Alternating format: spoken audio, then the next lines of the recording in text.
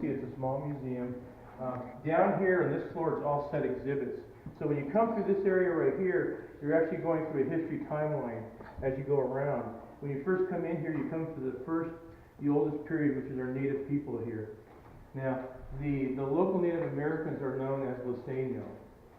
And they take their name from the local mission that was established here back in the early days of California. And there's a model of it right behind you. That's Mission San Luis Rey.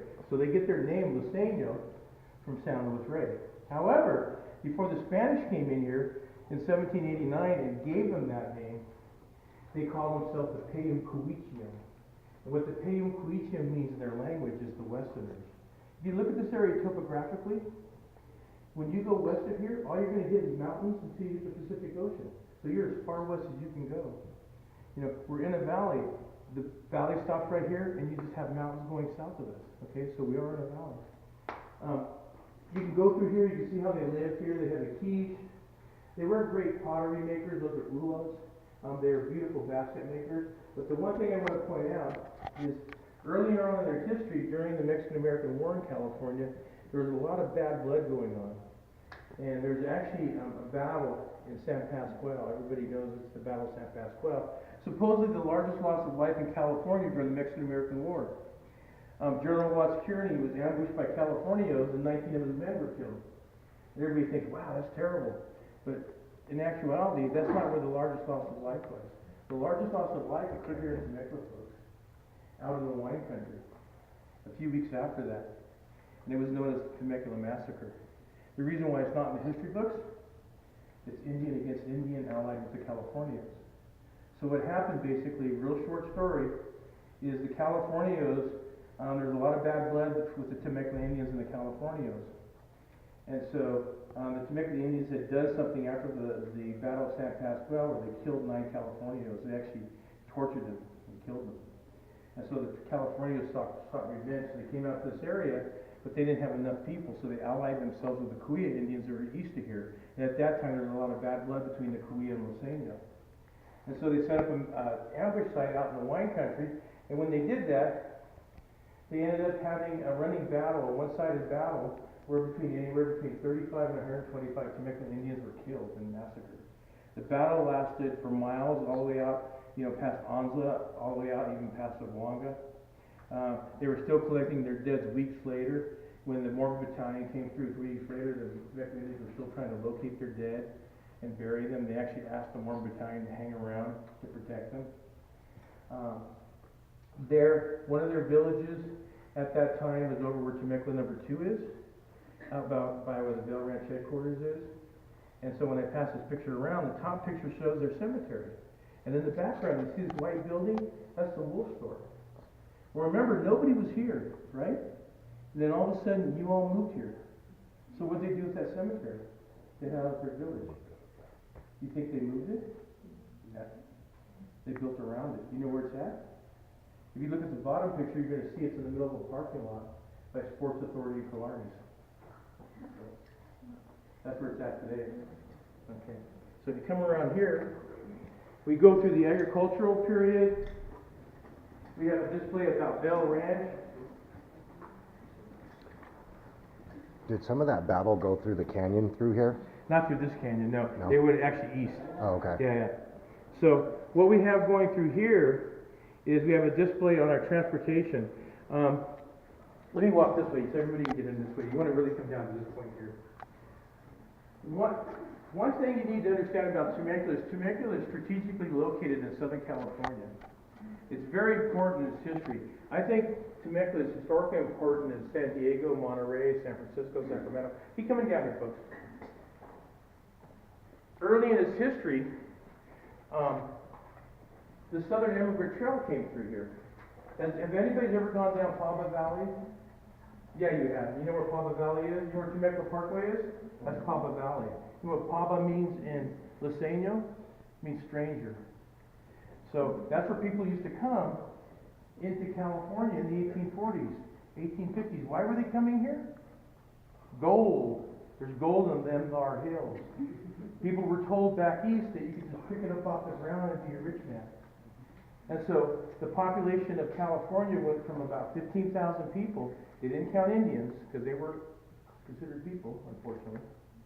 The population went from about 15,000 to about 335,000. 1/3 of everybody that came out here during that time frame came by the Southern Immigrant Trail. So over 100,000 people passed through Temecula going somewhere else.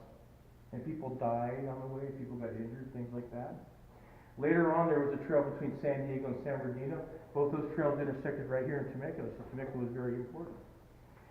We have the Butterfield Overland Mail Stage from September 1858 to March of 1861. Very important transportation and actually delivery of mail. It had to stop in March of 1861 because part of the route went through Texas, and Texas was a southern leading state. It was a Confederate state, and so that had to go away. But the reason why Temecula number 3 is here today, folks, is because of the train. If you look over here on the wall, you can see a picture of one of the first trains coming through the Temecula Canyon south of town. Now that started in 1882. Unfortunately, we still don't have the train today. I wish they did, because I work in Rancho Cucamonga. And I'd love to take the train out there, right? So, but it was full. It was torn down in 1937. So what we're going to show you real quick is I want to show you this diorama over here. So if you look at this, I'm actually doing an article on this and doing some research on this diorama. Has anybody here ever been to Old Town San Diego? Mm-hmm. You ever been to the visitor center there? There's a 10 by 12 foot diorama of Old Town, a little model. That person that built that in 1972 built ours in 1976 as the same individual. This is Temecula, folks. This is really what Temecula was all about. Okay, we're going to walk along Front Street, and everything's Old Town was laid out, south and north. In actuality, the town of Temecula was laid out east to west. Okay, and this is where we're going to go. Most original buildings are still here. There's a lot of original buildings I'm going to point out to you, so you can see it. Buildings like the bank's still here, the Merc is here, the meat market, the jail, the Wealthy building, the Hotel Temecula. I'm going to show you where the train station used to be. The bridge is still here, although it's a newer version. We have this building is here. The Mission Store is still here. I'll show you where the first hotel was, and some other buildings. Okay. This diorama represents a time we know about late 1914, early 1915. Why? I mean, this is historically accurate. The person that did this, I saw his notes on here. Amazing the research he did to do this.